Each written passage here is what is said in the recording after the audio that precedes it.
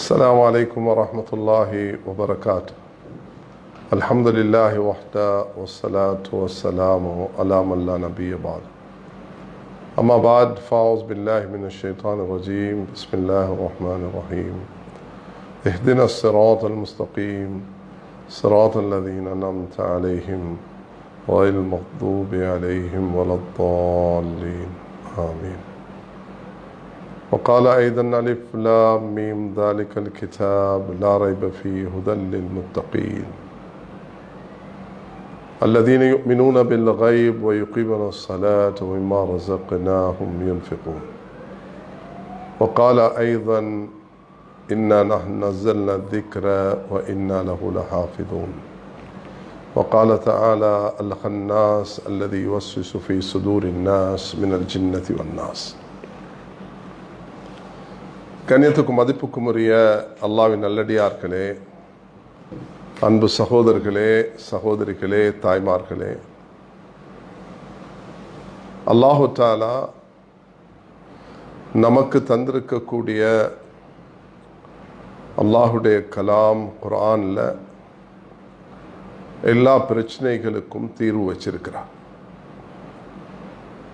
ரசூலுல்லாஹி ஸல்லல்லாஹு அலைஹி வஸல்லம் 23 வருட காலத்தில் ஜிப்ரீல் அலைஹிஸ்ஸலாம் ஊடாக வஹி, அந்த வஹியின் மூலமாக நபி அவர்கள் பெற்றுக்கொண்ட அந்த குர்ஆன் தான் அன்று ஹிரா குகையில் ஆரம்பிக்கப்பட்ட இக்ரா பிஸ்மி ரப்பிக்கல்லதி ஹலக், அதிலிருந்து அல் ஹன்னாஸ் அல்லதி யுவஸ்ஸிசு ஃபீ சுதூரின் நாஸ் மினல் ஜின்னதி வன்னாஸ் என்ற இந்த இறுதி திருவசனம் வரைக்கும் 6666 ஆயத்துகள் கொண்ட இந்த கலாமை அல்லாஹ் நமக்கு தந்திருக்கிறார். ரசூலுல்லாஹி ஸல்லல்லாஹு அலைஹி வஸல்லம் தன்னுடைய வாழ்நாளில் இந்த குர்ஆனுக்கு ஒரு பெரிய முதல் முஃபஸ்ஸிராக இருந்தார்கள்.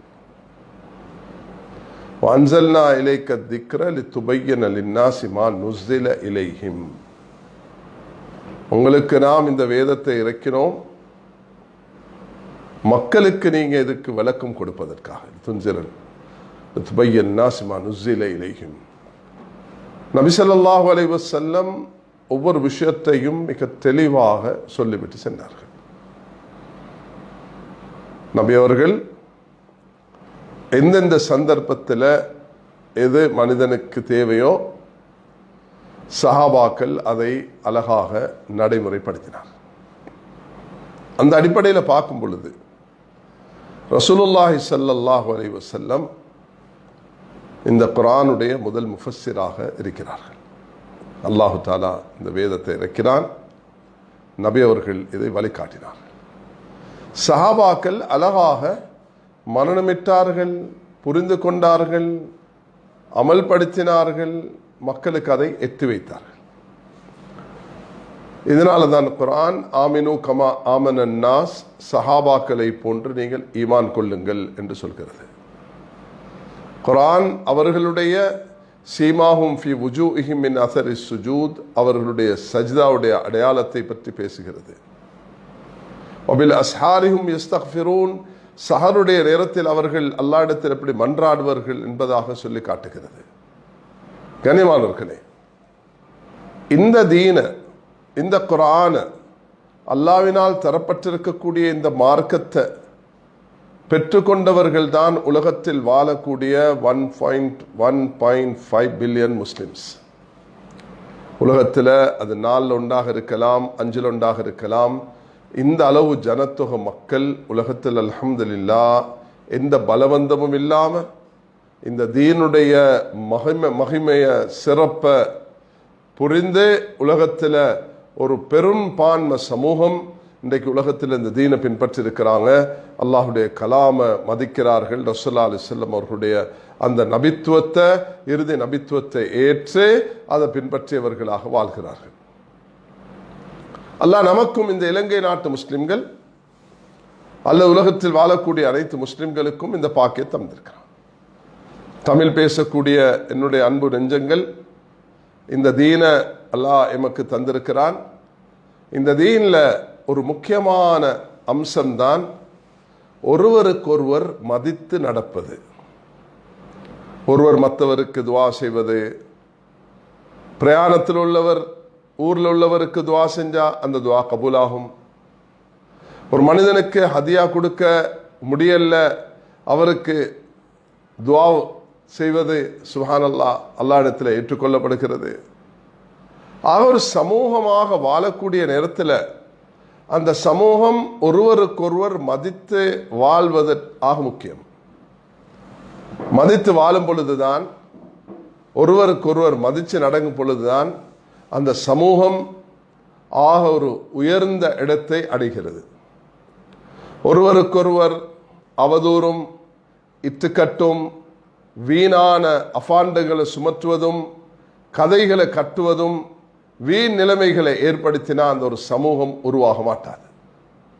கண்ணியமானவர்களே, ஒரு சமூகத்தை ஒரு மேலான பாதையில் கொண்டு வருவதற்கு அல்லாஹு தஆலா அல்லாஹுடைய குர்ஆனை, நபியுடைய அந்த ஹதீஸுகளை, இன்னும் சஹாபாக்களுடைய அந்த வழிகாட்டலை, இமாம்களுடைய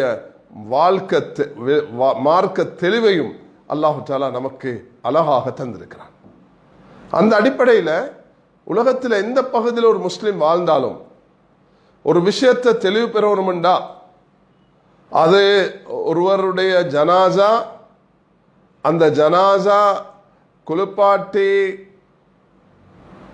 கஃன் செய்து அவரை தரையில் கொண்டு சேர்க்க முடியல, அது நடுக்கடலில் பல நாட்கள் இருக்க வேண்டி வரும் என்ற ஒரு இக்கட்டான நிலைமையில் இந்த ஜனாசாவை ஒரு ஒரு ஒரு ரெஃப்ரிஜரேட்டர் மாதிரி ஒரு ஃப்ரீஸில் வச்சு கடலோரத்துக்கு கொண்டு சேர்க்கிறதுக்கு முடியாத கட்டத்தில் என்ன செய்ய வேண்டும் என்று கூட அந்த உலமாக்கள் அல்ஹம்துலில்லாஹ் மிக தெளிவாக வழிகாட்டியிருக்கிறார்கள். அந்த நேரத்தில் என்ன செய்யலாம்?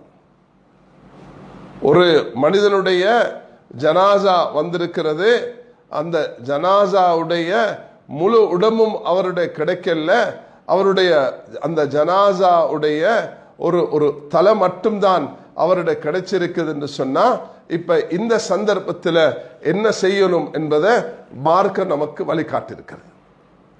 கண்ணியமான சகோதரர்களே, பெரியார்களே, குர்ஆன் சொல்லுது, ஹுர்ரிமத் அலைக்குமுல் மைத்தத்து வத்தம் வலஹ்முல் ஹின்ஸீர். குர்ஆன் செத்ததை சாப்பிட வேண்டாம் என்று சொல்கிறது, ஹராம் என்று சொல்கிறது. இரத்தத்தை ஒரு மனிதன் எந்த வகையிலையும் எடுக்கக்கூடாது என்று சொல்கிறது. அதே நேரத்தில் ஒரு பன்றி உடைய மாமிசத்தை அல்லது பன்னியோட சம்பந்தப்பட்ட முஃபஸ்ஸிரீன்களுடைய கருத்தின்படி அதை உபயோகிக்க கூடாது என்று தடுக்கிறது. மாமிசம் குர்ஆன்ல வந்திருந்தாலும் முஃபஸ்ஸிரீன்கள், உலமாக்கள், ஜும்ஹூர் உம்மா உலகத்தில் இதில் ஒன்றுபட்டிருக்கிறார்கள். ஆக கண்ணியமானவர்களே, இப்ப காலாகாலம் சில சந்தர்ப்பத்தில் சில தேவைகள் வரும். அந்த தேவைகள் வரக்கூடிய நேரத்தில் அதுக்கு மார்க்க தெளிவு தேவைப்படும். அந்த மார்க்க தெளிவை எப்படி பெற்றுக்கொள்வது, அது என்ன மாதிரி அந்த விஷயத்தில் நடந்து கொள்வது என்ற ஒரு கேள்வி எழுகிறது.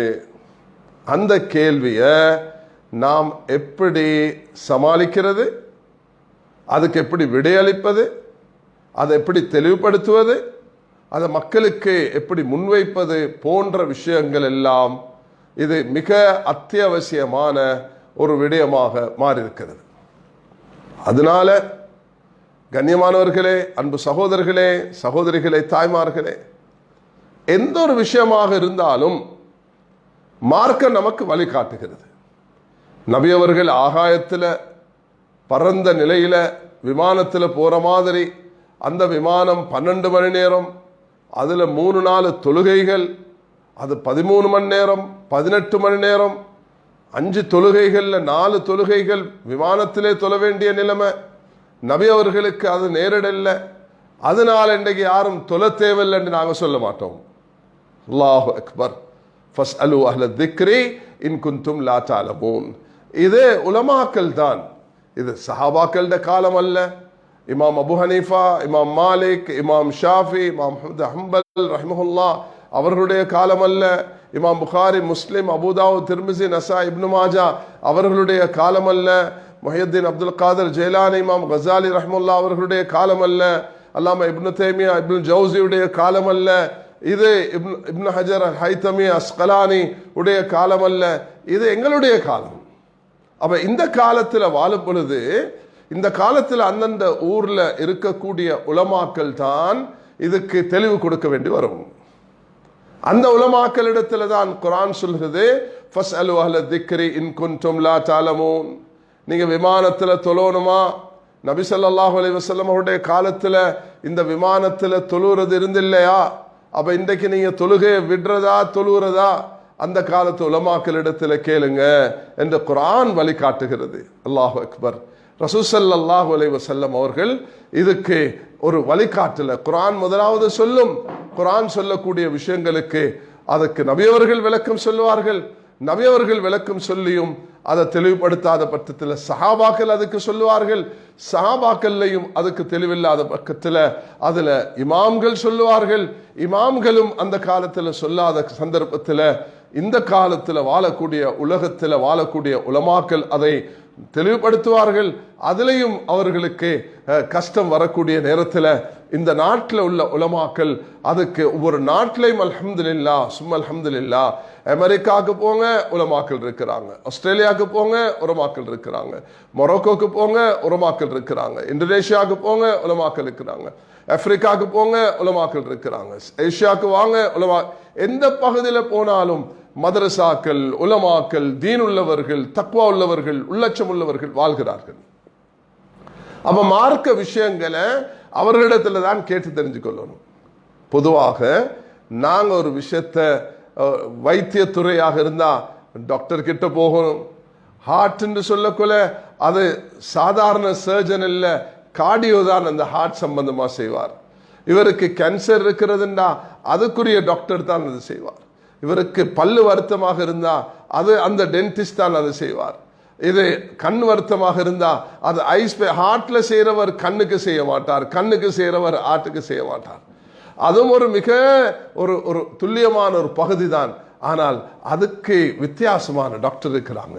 அவர் கார்டியோ செய்யறது வேற, ஹார்ட்ஸ் அந்த அதே நேரத்தில் டென்டிஸ்டுக்கு போறவர் வேற, ஐ ஸ்பெஷலிஸ்ட் வேற, ஸ்கின்னுக்குள்ளவர் வேற. ஒவ்வொரு துறையில டயட்டிஷியன் ஒரு சர்ஜன் இல்ல டயட்டிஷியனாக மாறுவது அதுக்குரியவர்கள் இருக்கிறாங்க. இந்த விஷயத்தை நல்ல விளங்கி வச்சிருக்கிறோம் நாங்க எல்லாரும்.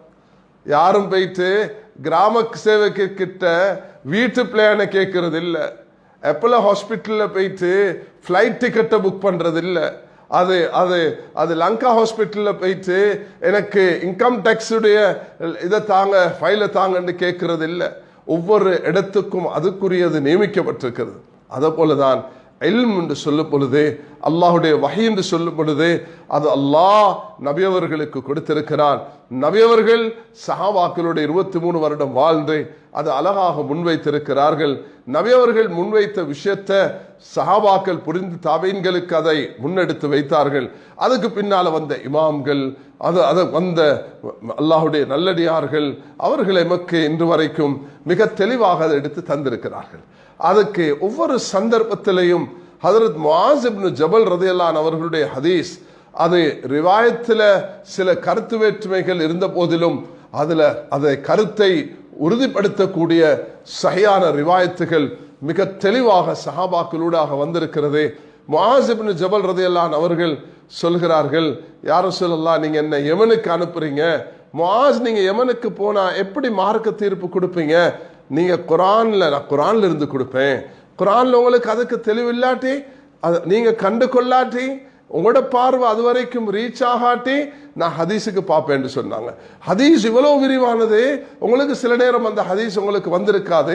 அப்ப என்ன செய்வீங்க? நான் இது ரெண்டையும் வச்சு நான் ஒரு ஆய்வு செய்வேன், நான் ஒரு இஜ்திஹாத் செய்வேன், நான் ஒரு பாரிய முயற்சி செஞ்சேன், என் பகுத்தறிவை மட்டும் நான் பயன்படுத்த மாட்டேன், உங்களோடு இருந்து எனக்கு கிடைச்ச தக்வா, உங்களை நான் பார்த்து வாழ்ந்த வாழ்க்கை, எனக்கு நீங்க நம்பி என்ன ஒரு நாட்டுடைய ஒரு கவர்னராக அனுப்புறீங்க, அது எல்லாத்தையும் நான் மதிச்சு உங்களோட சொஹபத்தில் இருந்திருக்கிறேன், உங்களை நான் மதிச்சு நடந்திருக்கிறேன், உங்களோட மார்க்கு நீங்க உங்களுக்கு வழிவர்றதை நான் கண்டிருக்கிறேன், நான் இப்ப பிரிஞ்சு போறேன், ஒருவேளை நான் உங்களை வந்து பார்க்க மாட்டேன் என்ற ஒரு ஒரு முன் அறிவித்தல் ஒன்றும் இருக்கிறது. இந்த நேரத்தில் நான் திரும்பி வந்து உங்களை பார்ப்பனா உங்களோட கபரை பார்ப்பனான்னு தெரியாது என்ற இந்த நிலைமையில போகும் பொழுது நீங்க வழிகாட்டின பிரகாரம், குர்ஆன் சொன்ன பிரகாரம் தான் நான் நடந்து கொள்வேன், அது ரெண்டிலிருந்து நான் ஒரு தீர்மானம் எடுப்பேன் என்பதாக ஹதரத் முஆஸ் இப்னு ஜபல் ரலியல்லாஹு அன்ஹு சொன்ன பொழுது ரசூல் ஸல்லல்லாஹு அலைஹி வஸல்லம் பெரிதும் சந்தோஷப்பட்டார்கள். அல்ஹம்துலில்லாஹ், அல்லாஹ் என் முன்னிலையிலேயே ஏண்ட காலத்திலேயே ஏண்ட முன்னுக்கே அல்லாஹ் இப்படிப்பட்ட நல்லறிவுள்ள, நுணுக்கமுள்ள, தெரிவுள்ள, நான் எப்படி விரும்புகிறேனோ அது போல மார்க்கத்தை புரிந்து கொள்ளக்கூடியவர்கள் அல்லாஹ் ஏற்படுத்தி விட்டானே என்ற அந்த சந்தோஷத்தை நபி அவர்கள் பட்டார்கள். அதனால தான் சொல்கிறாங்க, அல் முஜ்தஹிது யுக்தி வ யுஸீப். அது முஆஸுக்கு சொன்னது அல்ல, பொதுவாக நபி அவர்கள் சொன்னது, அது எல்லாருக்கும் உள்ளது. அது முஆஸுக்கும் இருக்கலாம் ரலியல்லாஹு அன்ஹு, மற்ற சஹாபாக்களுக்கும் இருக்கலாம், எங்களுக்கும் இருக்கலாம். உலகத்தில் வாழக்கூடிய அறிவுல, ஆழ்மையில, திறமையில உலமாக்களிடத்துல கால்மடிச்சிருந்து குர்ஆனையும் ஹதீஸையும் வெறுமனே புத்தகத்தில், வெறுமனே யூடியூப்ல, வெறுமனே மற்றவர்களுடைய டிரான்ஸ்லேஷனை பார்த்து மார்க்கம் பேசுறது கிடையாது. மார்க்கம் பேசுவது என்பதே ஜிப்ரீல் அலைஹிஸ்ஸலாம் அவர்கள் மனித உருவத்தில் வந்து நபி அவர்கள் முன்னிலையில கால் மடிச்சு அமர்ந்து, அக்பிர்னி அனில் இஸ்லாம், அக்பிர்னி அனில் ஈமான், அக்பிர்னி அனில் இஹ்சான், அக்பிர்னி அனில் ஸஆ, அக்பிர்னி அன் அமாராத்திஹா, 5 கேள்விகளை கேட்டுட்டு போன ஹதீஸ் ஜிப்ரீல். அந்த ஜிப்ரீல் அலைஹிஸ்ஸலாம் வந்தாங்க, உங்களுக்கு மார்க்கத்தை கற்றுத்தரேன் உமர் ரலியல்லாஹு அன்ஹு அவர்களை பார்த்து ரசூலுல்லாஹி அலைஹி வஸல்லம் சொன்னார்கள். அதனால மார்க்கம் படிப்பதற்கும் ஒரு முறை இருக்குது, அந்த முறையை தான் படிக்கணும். இன்றைக்கு ஒரு நெருக்கடியான நிலையின் காரணத்தினால ஒரு சந்தர்ப்பத்துக்காக வேண்டி நாம் ஜூம்ல, இந்த வாட்ஸ்அப்ல, இந்த கூகுள்ல படிக்கிறோம். ஆனா உண்மையாக ஒருவர் அதை படிப்பதாக இருந்தா அது ஒரு கண்ணியத்தோட, மரியாதையோட, ஒழுக்கத்தோட அதுக்குரிய ஹக்க கொடுத்து தான் செய்யணும். ஒரு பிரசிடென்ட்டை போக்கல அவமானத்தோட யாருமே நடந்து கொள்றது இல்லை, பேசுறது கிடையாது. ஒரு கிங் இடத்துல போக்கல அதுக்குரிய ஆடைகள் உடுத்துதான் போவார்கள். ஒரு சாதாரண மனிதன் என்றாலும் எப்படி மதிச்சு நடக்கணும் என்பதை எங்களுடைய இஸ்லாம் சொல்லி தந்திருக்குது. அதனால இந்த மார்க்க விஷயங்களை நாங்கள் தெளிவு பெறக்கூடிய நேரத்தில் இந்த விஷயத்துல கவனம் செலுத்துறது மிக அவசியமாக இருக்கும். ஒருவருக்கொருவர் அழகாக மரியாதையோடு நடந்து கொள்ளணும். அதுக்காக தான் முஆஸ் இப்னு ஜபல் ரலியல்லாஹு அன்ஹு அவர்களுக்கு நபி அவர்கள் சொல்லி அனுப்பினதுல அடுத்த எல்லாருக்கும் சொல்லி கொடுத்தது தான், நீங்க இந்த ஆய்வுல போகக்கூடிய நேரத்தில் ஒரு மசாலா அவங்கள்ட்ட கேட்கக்குள்ள, ஃப்ளைட்ல போக்குள்ள தொழுறதா இல்லையான்னு கேட்கக்கூடிய நேரத்தில் தொலைதானே வேணும் என்ற மார்க்க தீர்ப்பை நீங்க கொடுக்கணுமே. அந்த அளவுக்கு குர்ஆன்ல ஹதீஸ்ல உங்களுக்கு விளக்கம் இருக்குதா? நீங்க அரபு பாஷையை படிச்சிருக்கிறீங்களா? அந்த அரபு பாஷைக்குள்ள 15-16 கலைகளை நீங்க தெரிஞ்சு வச்சிருக்கிறீங்களா? குர்ஆனுக்கு விளங்குறதுக்குள்ள அந்த கலைகளை தெரிஞ்சு வச்சிருக்கிறீங்களா? நபியுடைய ஹதீஸ் சஹீஹானது தைஃபானது என்ற அந்த ராவிகளுடைய அடிப்படையில், அந்த சனதுடைய, அந்த நரேட்டருடைய அந்த தொடர் சங்கிலி அடிப்படையில் நீங்க அதை தெரிஞ்சு வச்சிருக்கிறீர்களா என்ற இந்த விஷயங்கள் எல்லாம் ஒரு மனிதர் இமாம்களுடைய கருத்துன்னும் பொழுது இமாம் ஷாஃபி எப்படி சொல்லி இருக்கிறாங்க, இமாம் மாலிக் எப்படி சொல்லி இருக்கிறாங்க, இமாம் அபு ஹனீஃபா என்ன சொல்லி இருக்கிறாங்க, இமாம் அபு ஹனீஃபா ரஹ்மத்துல்லாஹ் ஜும்மா என்று சொல்லும் பொழுது அதுக்கு என்னென்ன நிபந்தனைகள் போட்டிருக்கிறாங்க, இமாம் மாலிக் ரஹ்மத்துல்லாஹ் என்ன நிபந்தனைகள் போட்டிருக்கிறாங்க, இமாம் ஷாஃபி ரஹ்மத்துல்லாஹ் என்ன போட்டிருக்கிறாங்க, இமாம் அஹ்மத் இப்னு ஹம்பல் என்ன போட்டிருக்கிறாங்க. இவங்க யாரும் தன்னுடைய சுய இச்சையாக பொக்கெட்ல இருந்து தந்தவர்கள் அல்ல. ஒவ்வொருவரும் குர்ஆன் ஹதீஸ்ல, நபியுடைய வாழ்க்கை வரலாறுல, சஹாபாக்கள் படிச்சது தான் உம்மத்துக்கு முன்வைத்திருக்கிறார்கள்.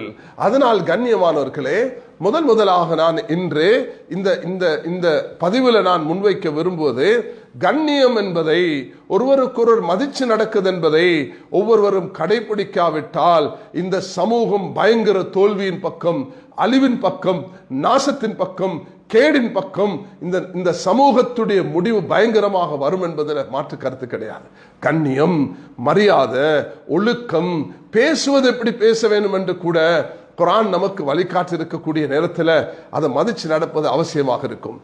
முஆஸ் இப்னு ஜபல் ரலியல்லாஹு அன்ஹு அவர்களை போல எல்லா காலத்தில் வாழக்கூடியவர்களுக்கு அந்த காலத்தில் சில ஆய்வுகள் செய்ய வேண்டி வரும். அந்த நேரத்தில் இந்த உசூலை தான் அவர்கள் பேருவார்கள். குர்ஆனை பார்ப்பார்கள், ஹதீஸை பார்ப்பார்கள், இஜ்மாவை பார்ப்பார்கள். உலமாக்கள் ஒன்றுபற்றே ஒவ்வொரு காலத்திலேயும் சஹாபாக்கள் இருந்து தொடர்ச்சியாக எடுத்த தீர்மானங்களை பார்ப்பார்கள்.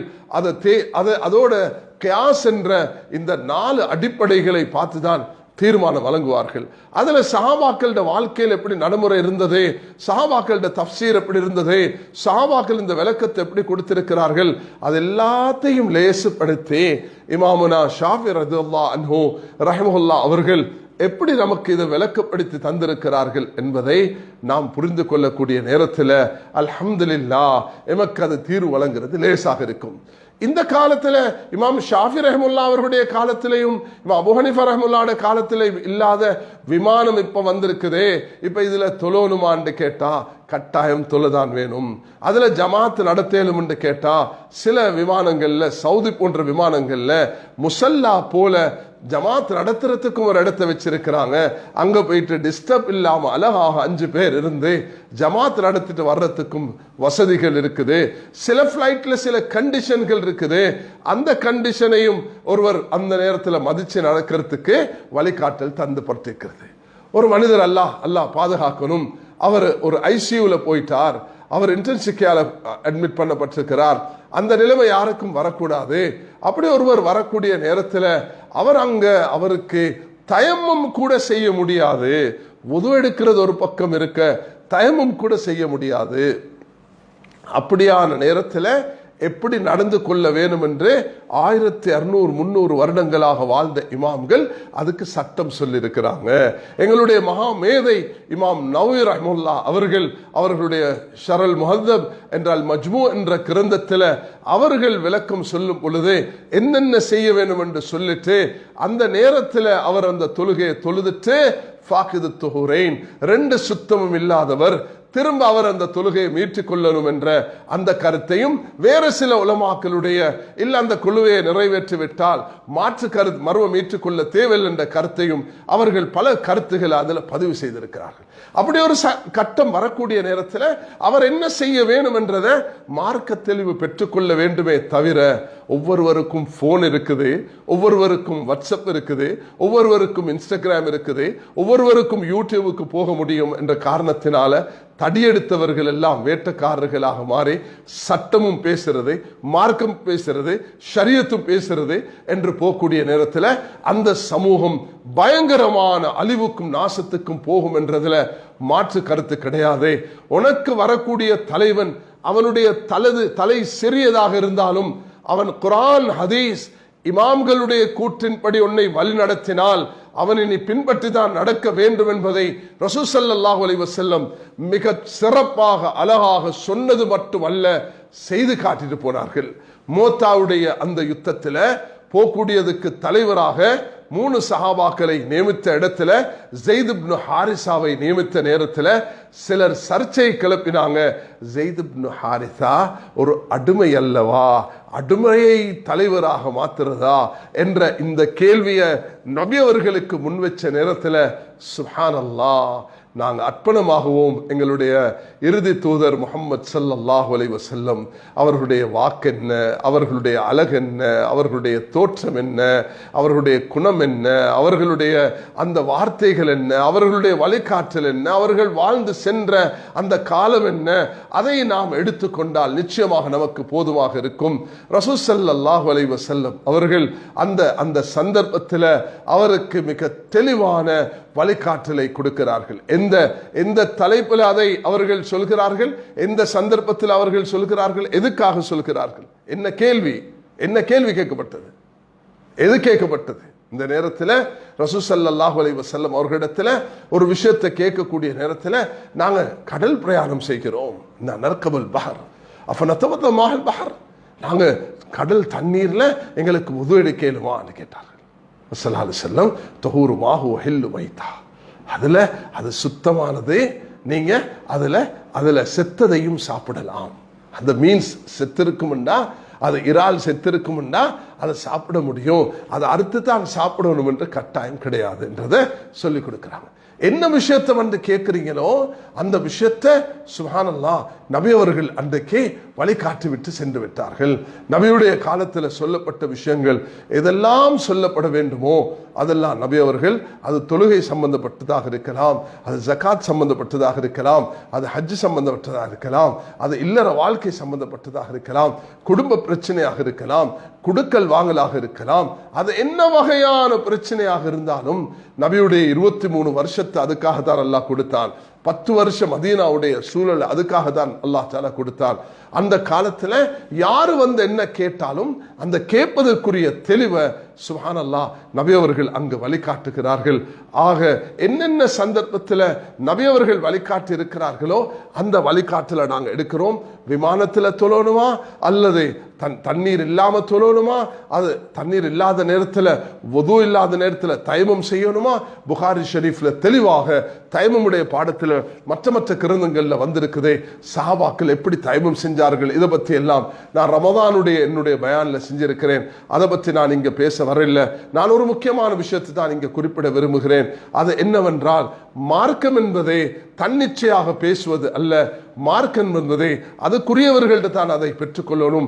மார்க்கம் எல்லாரும் பேச போக கூடாது. நீங்க அப்படி செய்யுங்க, ஜனாசா இப்படி அடக்குங்க, இப்படி அடக்காதீங்க, இதை செய்யுங்க, அதை செய்யாதீங்க, இப்படி செய்யுங்க, அப்படி செய்யாதீங்க. இது எல்லாருடைய வேலை அல்ல.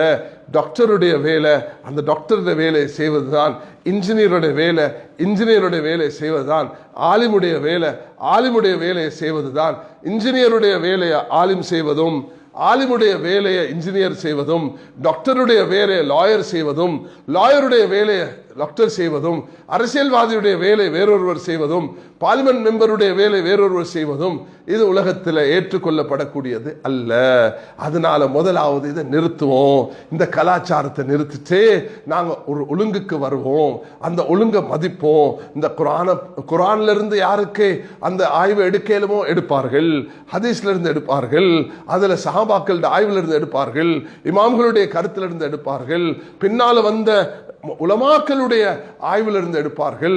அந்த அடிப்படையில் அல்ஹம்துலில்லாஹ் அல்லாஹு தஆலா இலங்கையில உலமாக்களுடைய ஜமீஅத் உலமாவுடைய ஃபத்வாவுடைய ஒரு வழிகாட்டல் ஒன்று வைத்திருக்கிறான்.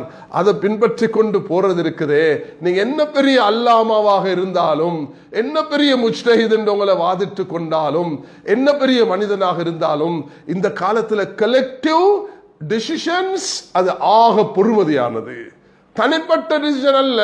முகமது ரிஸ்வி கொடுக்கிற தீர்ப்பு அல்ல, அப்துல்லா கொடுக்கிற தீர்ப்பு அல்ல, அப்துல் ரஹ்மான் கொடுக்கிற தீர்ப்பு அல்ல.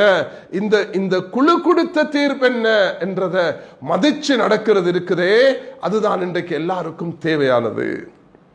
அந்த வழிகாட்டுல 98 வருஷமாக இந்த நாட்டு மக்களுக்கு இந்த உலமாக்கள் தந்து வந்திருக்கிறார்கள்.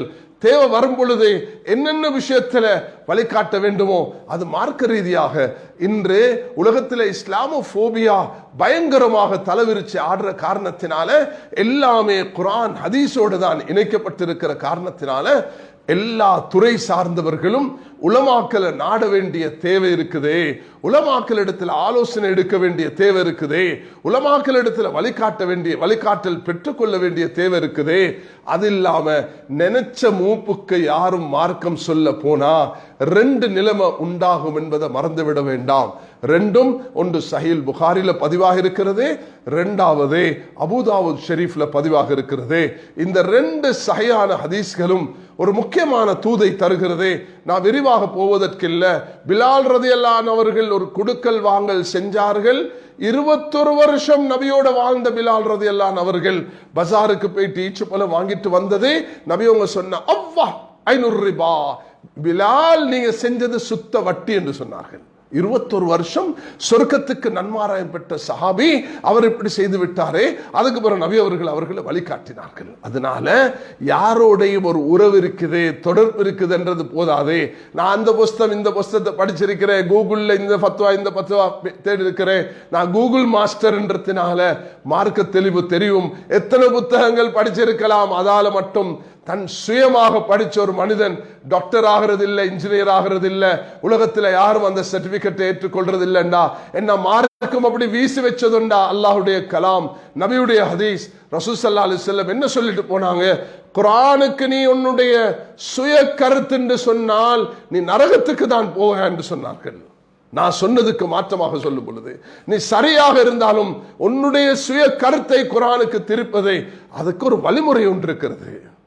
நபிமார்கள், நபி அவர்கள் என்ன சொன்னார்கள், சஹாபாக்கள் என்ன சொன்னார்கள், நபியுடைய பின்னால வந்த இமாம்கள் முஃபஸ்ஸிரீன்கள் என்ன சொன்னார்கள், அப்துல்லா இப்னு அப்பாஸ் என்ன சொன்னார்கள், முஜாஹித் என்ன சொன்னார்கள், அந்த இமாம் குர்துபி என்ன சொன்னார், இப்னு கதீர் என்ன சொன்னார், இவர்கள் ரூஹுல் மானி ஆலோசி என்ன சொன்னார்கள் ரஹ்மஹுமுல்லாஹ், இவர்களுடைய தஃப்சீர் என்ன இருக்குது என்று பார்க்காம தண்ட தஃப்சீர் என்று ஒருவர் தான் முஜ்தஹித் என்று சொல்லி சொன்னா அது ஆகப்பெரிய வழிகேடாக இருக்கும். ஒரு காலம் வரும் குர்ஆனுடையவர்கள் என்று சொல்வார்கள். நான் குர்ஆனுடையவன். இன்றைக்கு இலங்கையிலேயும் அல்லாஹ் பாதுகாக்க இப்படிப்பட்டவர்கள் உருவாகி கொண்டு போகிறார்கள். உலகத்தில் ஏராளமாக உருவாகி விட்டார்கள். நபி அவர்கள் சொன்னார்கள், ஒரு காலம் வரும் என்ற ஹதீஸை புறக்கணித்து விட்டு நான் குர்ஆனுடையவன் என்று சொல்லுவான், அவன் தான் ஆகப்பெரிய வழிகேடன் என்று நபி அவர்கள் எச்சரிக்கை செய்திருக்கிறார்கள். நபி அவர்களை யாரெல்லாம் கனவுல நான் கண்டேன் என்று பொய் சொன்னானோ அவன் தன்னுடைய இடத்தை நரகமாகி கொள்ளட்டும் என்று நபி அவர்கள் சொன்னார்கள். நபியை கனவுல கண்டேன் என்று பொய் சொல்லக்கூட அனுமதி இல்லைண்டா. நபி அவங்க சொல்லாத ஒன்றை இட்டுக்கட்டு, நபி அவங்க சொன்னத்துடைய கருத்து என்னென்று தெரியாம ஒரு விஷயத்தை சொல்றது, வெறுமனே டிரான்ஸ்லேஷன் படிச்சுட்டே. கண்ணியமானவர்களே, இன்றைக்கு உலகத்துக்கு ஏற்பட்டிருக்கக்கூடிய இந்த நியாமத்தை தவறாக பயன்படுத்தக்கூடிய ஒன்றுதான் டிரான்ஸ்லேஷன் தந்திருக்கிறது. என்னத்துக்கு? அதையும் உலமாக்கள்கிட்ட இருந்து படிக்கிறதுக்காக தான். பிலால் ரலியல்லாஹு அன்ஹு நபியோடு சேர்ந்திருந்தும் கூட ஒரு பஜார்ல போயிட்டு வியாபாரம் செஞ்சு பிலால் ரலியல்லாஹு அன்ஹு இப்படி கஷ்டத்தில் ஆகிட்டாங்க. ஹதரத் சஹாபாக்கள் ஒரு பிரயாணத்தில் போயிட்டு அந்த சஹாபிக்கு தலையில காயம், அவருக்கு குளிச்சாகணும். அந்த சஹாபாக்கள்கிட்ட தான் அவர் ஃபத்வா கேட்டார். யாரும் அவருக்கு ஃபத்வா கொடுத்துட்டாங்க, நீ குளிச்சு தான் ஆகணும். அவருக்கு சொல்லி இருக்கணும், நீங்க தயமம் செய்யணும். அல்லது தயமமும் இல்லையா, உனக்கு அதுவும் கஷ்டமா, ரெண்டும் இல்லாம நீ கண்ணியமாக இந்த நேரத்தை மதிச்சு தொழுகணும் என்று சொல்லி பற்றிக்கணும். ஆனா அதை சொல்லாம நீ குளிக்கத்தான் வேணும் என்று சொன்னத்தினால அவர் தலையில தண்ணி போட்டார், தலையில காயம், அவர் அந்த இடத்திலே ஷஹீதாகிட்டார். நபி அவங்க ஆத்திரப்பட்டு கடுமையான கோவப்பட்டு, நீ கத்தல் துமூஹு அஹ்லக்துமூஹு, நீங்க எல்லாரும் தேவையில்லாம மார்க்கம் சொல்ல போய், தெரியாம மார்க்கம் சொல்ல போய் நீங்க அழிச்சு போட்டீங்க என்று சொன்னாங்க, நீங்க கொண்டு போட்டீங்க என்று சொன்னாங்க. அந்த காலத்தில் என்றாலும் மார்க்கம் கேட்கறதுக்கு ஹதரத் உமரும் அம்மார் ரலியல்லாஹு அன்ஹு அவர்கள் புகாரில பதிவாக இருக்கிறது. 2 பேரும் ஒரு இடத்துல இருக்கிறாங்க. குளிப்பு கடமையான நேரத்தில் தயமம் செய்யணும். எப்படின்னு ஃபம்ஸஹு பிவுஜூஇக்கும் வஐதீக்கும், நீங்க உங்களுடைய முகத்தை மசாஜ் செஞ்சுக்கோங்க, நீங்க உங்களுடைய கைகளை மசாஜ் செய்துக்கோங்க என்று குர்ஆன் சொல்கிறது. முகத்தையும் கையையும் தடவி கொள்ளுங்கள் இந்த புழுதியுள்ள மண்ணால் என்று குர்ஆன் சொல்லக்கூடிய நேரத்தில் அதை எப்படி செய்யணும் அது என்று இந்த ஆயத்து இறங்காத நேரத்தில் தயம்மும் செய்யுங்க. ஃபைன்லம் தஜ்துமா அன் ஃபதயம்மமு ஸஈதன் தய்யிபா, அந்த புழுதியுள்ள சுத்தமான மணலை கொண்டு நீங்க தயமம் செய்து கொள்ளுங்க என்று சொன்னதை மட்டும் வச்சே 2 பேர் 2 கருத்தில் ஆகினத்துக்கு காரணம் ஹதரத் அம்மார் மண்ணில் பிறண்டார், தலையிலிருந்து கால் வரைக்கும் மண்ணை போட்டார். உமர் ரலியல்லாஹு அன்ஹு சொன்னாங்க, எனக்கு அந்த வேலை செய்யலாதுன்னு சொன்னாங்க. ஏன் காரணம்? அன்றைக்கு கம்யூனிகேஷன் அன்றைக்கு உடனடியாக அதை ரீச் ஆகிறதுக்கு இடம் இருக்கல. நபிகிட்ட வந்த உடனே நபி அவங்க சொன்னாங்க, ஒரு அடி அடிச்சு முகத்துக்கு, மறு அடி அடிச்சு கைக்கும், இந்த இப்படிதான் தயமும் செய்யணும் என்று நபி அவங்க சொல்லி கொடுத்தாங்க. அப்ப நபி அவர்கள் இருந்தாங்க, சஹாபாக்கள் இருந்தாங்க. இன்றைக்கு அல்ஹம்துலில்லாஹ் ஜமியத்துல் உலமா கிட்ட ஃபத்வா கேட்கணுமா, சண்டைக்கும் பிரச்சனைக்கும் அல்ல. அல்ஹம்துலில்லாஹ் இன்றைக்கு 8-10 வருஷமாக ஆன்லைன் உங்களுக்கு ஒரு நம்பர் தரப்பட்டிருக்குது. நீங்க அந்த உரிய நேரத்தில் தொடர்பு கொண்டா நீங்க மாஷா அல்லாஹ் உங்களோட மார்க்க தெரிவை பெற்றுக்கொள்ளலாம். ஒரு ஜனாசா வந்திருக்குது, அந்த ஜனாசாவை குளிப்பாட்ட முடியல, கஃபன் செஞ்சிட்டோம். ஏன்? அது ஏதோ ஒரு காரணத்தினால இது 2 வருஷத்துக்கு ஒரு தீர்வு கேட்டு வந்தாங்க. 2 வருஷத்துக்கு 2 வருஷம் அல்லது 3 வருஷம் இருக்கலாம். இப்ப உடனடியாக எங்களோட தொடர்பு கொள்றாங்க, இந்த ஜனாசா நாங்க என்ன செய்யலாம்? அப்ப நாங்க சொல்றோம், இதுல இமாம் ஷாஃபி ரஹ்மத்துல்லாஹி அவர்களுடைய எங்கட நாட்டுடைய சுப்ரீம் கோர்ட் கூட நூற்றுக்கணக்கான தீர்ப்புகளை, இந்த நாட்டுடைய மற்ற கோர்ட்டுகள் கூட மெயின்டெனன்ஸ் வழக்காக இருக்கலாம், இத்தாவுடைய வழக்காக இருக்கலாம், அது பராமரிப்புடைய வழக்காக இருக்கலாம், அது தலாக்குடைய வழக்காக இருக்கலாம், ஷாஃபி மذஹபை அடிப்படையாக வச்சுதான் இந்த நாட்டுடைய சுப்ரீம் கோர்ட்டும் தீர்ப்பு வழங்குதுண்டு. அந்த அடிப்படையில் இந்த விஷயத்துக்கும் ஒரு தீர்வை கேட்கிறாங்க எங்கள்கிட்ட. இந்த ஜனாசாவை நாங்க தொழுகிறதா இல்லையா? சில சந்தர்ப்பத்தில் சில ஜனாசாக்கள் வெளிநாட்டிலிருந்து வருவதுண்டு, வந்தாது பொட்டியை திறக்க முடியாது. இப்ப அந்த ஜனாசாவை தொழுவிக்கணும், என்ன செய்யறது? தொழுவிக்கிறதா இல்லையா? அதுக்கு கஃபன் மட்டும்தான் செஞ்சிருக்கிறோம், அதுக்கு நாங்க குளிப்பாட்ட இல்லை, அது ஒரு கெமிக்கல் போட்டு அடைக்கப்பட்டிருக்கிறது. இப்ப இதுக்கு தொழுவிக்கிறதா இல்லையாண்டு வந்தா குளிப்பாட்டாத ஜனாசாவை தொழுவிக்கேலுமா என்ற கேள்வி வருகிறது. அவன் ஜமியத்துல் உலமா ஹாட்லைன்ல இந்த கேள்வி கேட்டா, உலமாக்கள் இருந்து உடனடியாக 4-5 பேர் இருந்து அதுக்கு ஒரு ஆய்வு செஞ்சுட்டு தீர்ப்பு என்ன கொடுக்கிறாங்கன்னு சொன்னா, இந்த ஜனாசா உடைய விஷயத்துல ஷாஃபி மذஹபுடைய 2 கருத்து இருக்கின்றது. அது ராஜிஹான மிக அதிகமானவர்களுடைய கருத்து, மூத்த உலமாக்களுடைய கருத்து ஜனாசா தொழுவிக்கவும் தேவையில்லை, ஏண்டா அதை குளிப்பாட்டாத காரணத்தினால. ஒரு சாராருடைய கருத்து இருக்கிறது, அது தொழுவிக்க வேணும். இப்ப நாங்க உம்மத்துக்கு என்ன சொல்லுவோம்? நீங்க உலமாக்களோட 2 கருத்து இருக்குது, இதனால நீங்க எதை வேணும்னாலும் அமல் செய்தாலும் நீங்க குற்றவாளிகள் அல்ல. ஜும்மா தொழுகை இன்றைக்கு 25 பேரை வச்சு தொழணுமா என்று சொல்லும் பொழுது அதுக்கு ஜமியத்துல் உலமா வழிகாட்டல் கொடுத்திருக்கிறோம். ஷாஃபி மذஹபின் படி 40 பேருண்டா எப்படி செய்யணும், அதை விட 25 வந்திருக்குதே. அப்ப இமாம் அபு ஹனீஃபா ரஹ்மத்துல்லாஹி அலைஹியுடைய சட்டப்படி எப்படி செய்யணும், இமாம் மாலிக் ரஹ்மத்துல்லாஹி அலைஹியுடைய சட்டப்படி எப்படி செய்யணும், அதுக்கு ஒரு ஃபத்வா எங்களோட வெப்சைட்டுக்கு போனா உங்களுக்கு அது தாராளமாக எடுத்துக்கொள்ளலாம். அப்ப அந்தந்த நேரத்துக்கு தேவையான மார்க்க தெளிவை கொடுக்கறதுக்கு எங்களுக்கு என்ன அதிகாரம் கிடைச்சிச்சு என்று நீங்க கேட்டா, நாங்க சொல்லுவோம், ரசூல் ஸல்லல்லாஹு அலைஹி வஸல்லம் இந்த அதிகாரத்தை தந்துட்டு போனாங்க. சஹீஹ் புகாரில வரக்கூடிய ஒரு ஹதீஸ் இதை தெளிவுபடுத்துகிறது. என்ன சொல்கிறது? சஹாபாக்கள் நபியவங்க, நீங்க பனு குரைதாக்கு போறீங்க, நீங்க பனு குரைதாக்கு போகக்கூடிய நேரத்துல அங்க நீங்க லா துஸல்லில் அஸர இல்லா ஃபி பனி குரைதா, நீங்க பனு குரைதாக்கு போயிட்டு தான் அஸர் தொழுகையை தொழணும். கைபர்ல இருக்கக்கூடிய இந்த இடத்துல போயிட்டு தான் நீங்க அஸர் தொழணும்னு நபி அவங்க சொல்றாங்க. சஹாபாக்கள் இப்ப போய்கொண்டு இருக்கக்கூடிய நேரத்துல சூரியன் மறையறதுக்கு கிட்டே ஆகிருச்சு. இன்றைக்கு 6 மணிக்கு சூரியன் மறைவதாக இருந்தால் இப்ப 5:50க்கு அல்லது 5:40க்கு சஹாபாக்கள் கருத்து வேற்றுமை ஆகிறாங்க. அதே உமர் ரலியல்லாஹு அன்ஹு அம்மார் ரலியல்லாஹு அன்ஹுக்கு ஏற்பட்ட பிரச்சனை தான் இங்கேயும் ஏற்படுகிறது. உடனடியாக நபியோட கேட்டு எப்படி செய்யறது என்றெல்லாம் அங்க ஒரு முறை இருக்குல்ல. இப்ப அல்லாஹ் தஆலா குர்ஆன்லயும் ஹதீஸ்லயும் இல்லாத ஒரு விஷயத்தை செய்யணுமே, இப்போ ஒரு ஆய்வுக்கு தான் போகணும். ஏன் ஆய்வுக்கு போகணும்? இன்னொரு 10 நிமிஷம் கடந்தா நாங்க இந்த 2 ரக்காத் அஸர தொழாவிட்டால் தொழுக கலாவாகிரும். தொழுதுட்டா நபி அவங்க சொன்னதுக்கு மாறு செய்யறோம். எதை முற்படுத்துறது என்றதுல சஹாபாக்கள்கிட்ட 2 கருத்து வந்தது. ஒரு கருத்து வந்தது, சஹாபாக்கள்ல தொழுதா வேணும். ஏன்? அல்லாஹ் சொல்கிறான், ஹாஃபிது அலஸ் ஸலவாத்தி வஸ்ஸலாத்தில் உஸ்தா, தொழுகையை பாதுகாத்துக் கொள்ளுங்க, குறிப்பாக அசருடைய தொழுகைய. உஸ்தா என்பதுக்கு அதிகமான முஃபஸ்ஸிரீன்கள் இது அசருடைய தொழுகைன்னு சொல்லியிருக்கிறாங்க. அப்ப ஒரு சாரார் சொன்னாங்க, நாங்க தொழுதான் போறோம். அப்ப நீங்க நபிக்கு மாறு செய்ய போறீங்க, அது நாங்க நபிக்கிட்ட போயிட்டு கேட்டுக்கொள்வோம்.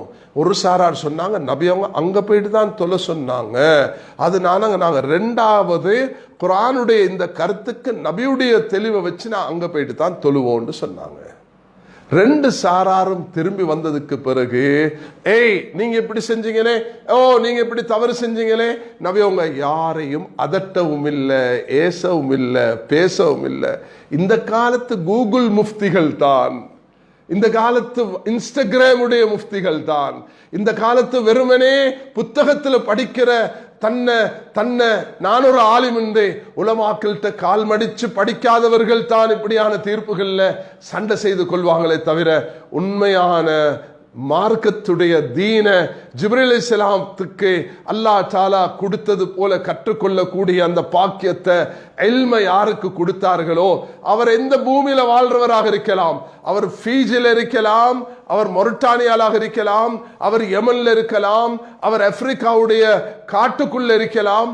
ஆனால் அல்ஹம்துலில்லாஹ் மொரிட்டானியாவுடைய நாட்டில் இன்றும் காடுகளில் இருந்து படிக்கிற, பாலைவனங்களில் இருந்து படிக்கிற, அவர்கள் மிக சிரமப்பட்டு படிக்கிற பழக்கங்கள் இன்றும் இருக்கிறது. மரத்துக்கு கீழே உட்கார்ந்து பிள்ளைகளுக்கு எழுதி கொடுக்க, மார்க்கத்தை படிச்சு கொடுக்கிற பழக்கம் இருக்குது. நீங்க கூகுள்ல படிச்சாலும் சரி, நீங்க அல்பபெட்டிக்கல்ல இருந்து ஆ பா தா தா என்று நீங்க படிக்காத வரைக்கும் இந்த மார்க்கத்தை சரியாக படிச்சு கொள்ள முடியாது. அங்க இருந்து இங்க இருந்து பிக் அண்ட் சூஸ் பேஸ் பண்றதுன்றது இன்றைக்கு சர்வ சாதாரணமாகிச்சு. அந்த மார்க்கத்தை பேசினீங்கன்னா எல்லாரும் வலிக்கேட்டில் தான் போக வேண்டி வரும். அதனாலதான் இப்படியான ஒரு விஷயம் வரக்குள்ள உலமாக்களிடத்தில் கேட்கும் பொழுது உலமாக்களுக்கு நபி அவர்களுடைய இந்த ஹதீஸ் அடிப்படையாக இருக்கிறது. இது போன்ற நூற்றுக்கணக்கான சஹாபாக்களுடைய வழிகாட்டல் அது முன்மாதிரியாக இருக்கிறது. அதை வச்சுதான் உலமாக்கள் தீர்ப்பு வழங்குவார்கள். அந்த தீர்ப்பு வழங்கக்கூடிய நேரத்தில் ரெண்டு நிலைப்பாடு வந்தது. ஒரு சாரார் தொழுகையை விற்று கதா செய்தார்கள், ஒரு சாரார் தொழுதார்கள், ஒரு சாரார் நபியுடைய சொல்லுக்கு வித்தியாசமாக நடந்தார்கள், ஒரு சாரார் அல்லாஹ்வுடைய சொல்லுக்கு வித்தியாசமாக அவர்கள் ஒரு இஜ்திஹாதின் ஊடாக அந்த நிலைப்பாடை எடுத்தார்கள். அந்த நிலைப்பாடை எடுத்ததுக்கு பிறகு நபி அவர்கள் அவர்களை கடிந்து கொள்ளவில்லை.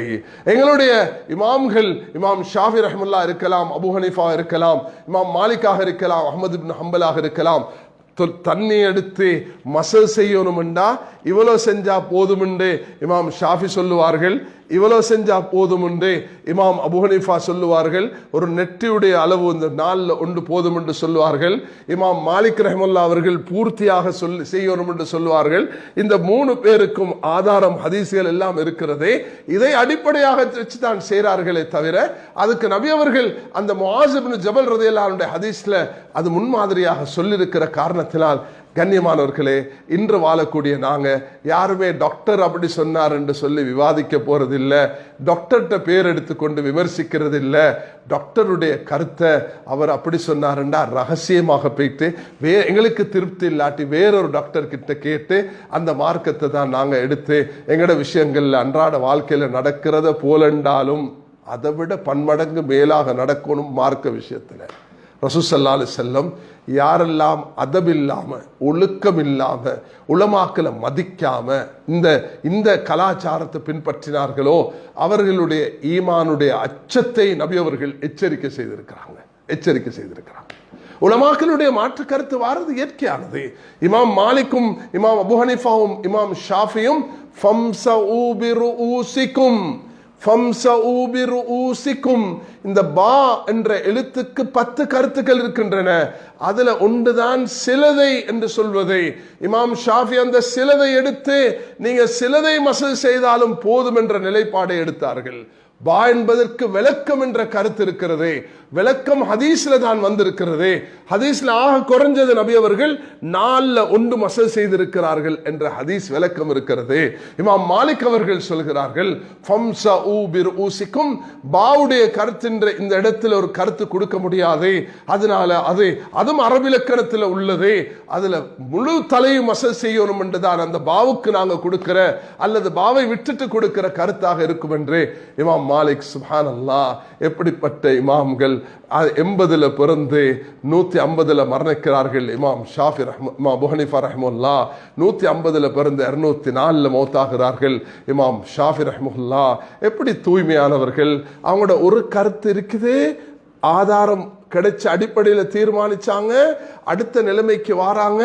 அந்த 2வது கருத்து 2வது சந்தர்ப்பத்தில் அவர்கள் ஆராய்வுகள் மாறுகிறதே, ஹதீஸ்கள் கிடைக்கிறதே, இரண்டாவது கருத்தை எடுக்கிறார்கள். யாரும் யாரையும் திட்டிக்கொண்டு ஏசிக்கொண்டு சுப்ஹானல்லாஹ். அவர்கள் ஒருவருக்கொருவர் இமாம் ஷாஃபி ரஹ்மத்துல்லாஹி அலைஹி அவர்களுடைய ஆக உயர்ந்த பண்புல உண்டுதான். எங்கேயும் விவாதத்துக்கு போனாங்கன்னா அவங்க சொல்லுவாங்களாம், வாதி பிரதிவாதி, நீனும் ஒரு முஸ்லிம் நானும் ஒரு முஸ்லிம், நீ என்ற மாணவன் யூனுஸ், நீ ஒரு மாணவன் என்ற உன்னோட நான் தர்க்கிக்கிறதாக இருந்தாலும் நீ வெத்தோணும் என்று தான் நான் துவா செய்வேன். அல்லாஹ் ஹக்கு உண்ட வாயில வெளியாகணும் என்று ஆசைப்படுவேன். அதனால கண்ணியமானவர்களே, அல்லாஹ்வுக்காக நான் எச்சரிக்கை செய்கிறேன். முதலாவது எனக்கு உங்களுக்கு ஜும்மாவுடைய நாட்களில் தக்வாவை எச்சரிக்கை செய்யணும். அது எங்களோட கடமைகளில் உண்டு. வத்தகுல்லா, நான் தக்வாவை உங்களுக்கு சொல்றதுக்கு முதல் நான் பயந்து கொள்ளணும். ஏன் அல்லாஹ் கிட்ட நான் பதில் சொல்லணும், ஒவ்வொருவரும் பதில் சொல்லணும். அதனால ஒருவர் இருந்தார், நபியுடைய காலத்தில் வஹி எழுதி கொண்டிருந்தார். வஹி எழுதி நபி அவங்கள மீது சந்தேகப்பட்டார். அதோடு அல்லாஹ் தாலா அவருடைய முடிவை, அவர் ஒரு இஸ்லாத்தை விட்டு அப்பாற்பட்ட நிலையில ஒரு யூதனாக போயிட்டு அவர் மரணித்தார். அவர் மதம் மாறி போய் மரணித்தார். அவருடைய ஜனாசாவை அடக்க கொள்ளலாம் அந்த பூமி அவர் ஜனாசாவை தூக்கி வெளியே போட்டது என்பதாக சஹீல் புகாரில ஹதீஸ் பதிவாக இருக்கிறது. கண்ணியமானவர்களே, இந்த மார்க்கத்தை இப்படி புரிய நாங்கள் முயற்சி செய்வோம். இந்த மார்க்கத்துடைய அடிப்படை கண்ணியம், மரியாதை, ஒழுக்கம், ஒருவருக்கொருவர் பேணி நடப்பது என்பதுதான் மிக அடிப்படையானது. அந்த மார்க்கத்தை மிக கண்ணியமாக நாங்கள் நடந்து கொள்வோம். ஒவ்வொருவரும் குர்ஆனை பார்ப்போம், குர்ஆன் உடைய விளக்கத்தை ஹதீஸ்களில் பெற்றுக்கொள்வோம், ஹதீஸுடைய விளக்கத்தை சஹாபாக்களுடைய பெற்றுக்கொள்வோம். குர்ஆன் ஹதீஸ் சஹாபாக்களுடைய விளக்கத்தை எங்களுக்கு இந்த இமாம்களுடைய கூற்றுகள் இருந்து எடுப்போம். இமாம்களுடைய கூற்றல் இல்லாத காலத்தில் உலகத்தில் ஒவ்வொரு யூரோப்பியன் யூனியன் என்ற ஒரு ஃபத்வா குழு யூரோப்பில் அமைக்கப்பட்டிருக்கிறது. அமெரிக்கா, நார்த் அமெரிக்காவுடைய ஃபத்வா குழு அமைக்கப்பட்டிருக்கிறது. ஆப்பிரிக்காவுக்கு போங்க, அங்கே நான் சென்ற வருடம் ஆக இருக்கலாம் 2018 அக்டோபர் மாதத்தில் நான் ஒரு டர்பன்ல ஒரு ஃபங்க்ஷனுக்கு போயிருந்தேன். நான் இங்கிருந்து அழைக்கப்பட்டிருந்தேன். அது 16ஆம் தேதியாக இருக்கலாம். ஒரு பிரசன்டேஷன் உண்டு, டர்பன்ல இருந்தது. அது ஆப்பிரிக்கன் கண்ட்ரீஸ் உலமாக்கள், சுமார் 12-15 நாடுகளுடைய உலமாக்களுடைய அங்கு ஒன்று கூடுதல் இருந்தது. அங்க எனக்கு ஒரு மார்க்கத்தில் வேற்றுமையில ஒற்றுமை எப்படி காணலாம் என்ற தலைப்புல ஸ்ரீலங்காவுடைய ஒரு கேஸ் ஸ்டடியை பிரசன்ட் பண்றதுக்கு எனக்கு ஒரு அவகாசம் தந்திருந்தாங்க. அதுல நான் டர்பனுக்கு போயிருந்தேன் 2018 அக்டோபர் மாதம். அது 12ஆம் தேதி நான் போய் கலந்து கொண்டு நான் அவசரமாக 20ஆம் தேதி நான் அதுக்கு இலங்கைக்கு திரும்பி வந்த ஞாபகம் எனக்கு இருக்கிறது. அந்த பிரசன்டேஷன்ல ஆப்பிரிக்கன் கண்ட்ரீஸ் உலமாக்கள் எல்லாரும் ஒன்று சேர்ந்து சில முடிவுக்கு வந்திருக்கிறாங்க. அது போல அல்ஹம்துலில்லாஹ் இலங்கையில் அல்லாஹ் தந்திருக்கக்கூடிய ஆகப்பெரிய நிஅமத்து தான் இந்த ஜமியத்துல் உலமா. அந்த ஜமியத்துல் உலமால லஜ்னத்துல் ஃபத்வா, அந்த ஃபத்வா குழு இன்றைக்கு 98 வருஷமாக உலமாக்கள் ஒன்றும் செய்யாட்டி ஃபத்வாவுடைய விஷயத்துல மட்டும் மிக கரிசனை காட்டி வந்திருக்கிறாங்க. மார்க்க தெளிவுல வேற்றுமைகள் வரக்கூடிய நேரத்தில் பொதுமக்கள் கடைபிடிக்க வேண்டிய விஷயம், இதுக்கு பிறகு மார்க்கம் உண்டா உலமாக்கல்ல என்ன அப்படி ஒரு கருத்து வந்தாலும், ஜமியத்துல் உலமாக்கு மாற்றமாக ஒரு கருத்து வந்தாலும் அதையும் மதிச்சு நடக்க பழகணும். அது விவாதம், தர்க்கம், ஒருவருக்கு ஒரு ஏசி முகத்தை சுருக்கி அவரோட வெறுப்பு இவரோட வெறுப்பு, அதல்ல எங்கட மார்க்கம். எங்கட மார்க்கம் ஒவ்வொருத்தரை மதிச்சு நடக்கிறது. ஆக இன்றைய நான் ஒரு முக்கியமான விஷயத்தின் பக்கம் உங்கள் எல்லோருக்கும் சைக்கினை செய்திருக்கிறேன். இந்த நாடு ஒரு சோதனையான காலத்தை அனுபவிச்சு கொண்டிருக்கிறது. பயங்கரமான சோதனை இந்த நாடு முன்னோக்கி கொண்டிருக்கிறது. இந்த நேரத்தில் நாங்கள் ஒற்றுமையாக இருக்கணும், ஒன்றுபடணும். நான் சென்ற 2 ஜும்மாக்கள்ல நடத்தின அந்த பயான்கள், யூடியூப் ஊடாக நான் சென்ற 2 பயான்களையும் தயவு செய்து எல்லாரும் கொஞ்சம் அதை கருத்து கெடுங்க. அதோட இதையும் சேர்த்துக்கோங்க. இதுல ஒழுக்கத்தை, கண்ணியத்தை, மரியாதைய, அன்சிலு நாச மனாசிலும், மக்கள் அவர்களுடைய அந்தஸ்துக்கேற்ப மதிச்சு பழகுங்க. ரசூல் ஸல்லல்லாஹு அலைஹி வஸல்லம் இந்த அடிப்படையை நமக்கு சொல்லி தந்திருக்கிறாங்க. இந்த ஒழுக்கத்தோட, இந்த பேணுதலோட ஒருவருக்கொருவர் மதிச்சு நடக்கிறதுனால வரக்கூடிய கயிர்கள் பாதுகாப்புகள் மிக உயர்ந்தது. சுப்ஹானல்லாஹ். ஜரீர் இப்னு அப்துல்லா பஜலி ரலியல்லாஹு அவர்கள் யூசுப் ஹாதியில் உம்மா, இந்த உம்மத்துடைய யூசுப் என்று வர்ணிக்கப்படக்கூடியவர். அவர் வருகிறார், பஜலுடைய அந்த குலத்திலிருந்து வருகிறார். அப்ப ரசூலுல்லாஹி அலைஹி வஸல்லம் சபையில் இருக்கிறாங்க. அவர் இன்னும் இஸ்லாத்தை ஏற்றுக்கொள்ள இல்லை. நபி அவங்களை சந்திக்க வருகிறார். ரசூலுல்லாஹி ஸல்லல்லாஹு அலைஹி வஸல்லம் அவர்களிடத்தில் இருந்து இப்படி ஒரு விதமான ஒரு போர்வையை ஒன்று எடுத்து நபி அவர்கள் அப்படி தூக்கி வீசினாங்க. ஜரீர், இதை கீழே விரிச்சு நீங்க உட்காருங்க என்று சொன்னார்கள். ஜரீர் அதை எடுத்து முகந்து கொண்டு கீழே உட்கார்ந்தார். கண்ணியவானர்களே, இதே இஸ்லாத்தை ஏற்றுக்கொள்ள வந்தவருக்கு நபியின் மீது இருந்த கண்ணியம். நபி அவர்களுடைய வாரிசுகள் அல் உலமா வரசத்துல் அம்பியா. எந்த பகுதி, எந்த நாட்டில் ஒரு ஆலிம் என்று வரக்கூடிய நேரத்தில் அவருக்கு மரியாதை கொடுங்க. ஒரு சாதாரண பாவிக்கும் மரியாதை கொடுக்கணும். மனிதன் என்ற அடிப்படையில் கர்ரம்னா பனி ஆதம், அவனுடைய பாவம் அவனோட மனிதன் என்றது, அதுக்காக ஒரு மரியாதை இருக்குது. காபத்துல்லாவை உடைக்கிறதை விட பெரிய பாவம் தான் ஒரு உள்ளத்தை நோவிச்சு ஒரு மனிதனை புண்படுத்துறது என்பதை மறந்துவிட வேண்டாம் மேலான சகோதரர்களே. இதனால நீங்களும் நல்ல ஒரு நாட்டில் வாழ்றோம். இந்த நாட்டில் பல உரிமைகளை பெற்றிருக்கிறோம். எங்களோட மூதாதையர்கள் எங்களை நல்ல வழிநடத்தியிருக்கிறார்கள். எங்களோட உலமாக்கள் வழிகாட்டியிருக்கிறார்கள். இவைகளை எடுத்து நாங்கள் நடக்க அல்லாஹ் எனக்கும் உங்களுக்கும் தௌஃபீக் செய்வானாக.